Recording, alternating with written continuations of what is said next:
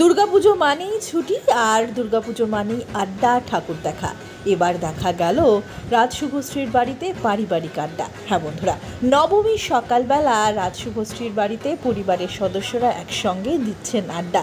ছোট্ট ইয়ালিনীকে দেখা গেল নিজের আত্মীয় স্বজনদের মাঝে একটু নাচও করে নিতে।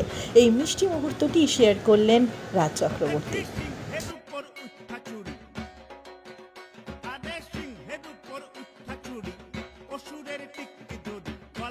Cine Gossip.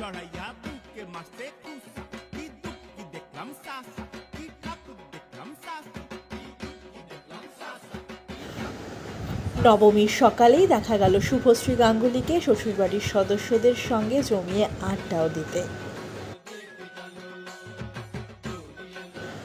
আমাদের তরফ থেকেও রইল আপনাদের সকলের জন্য শারদীয়ার অনেক শুভেচ্ছা।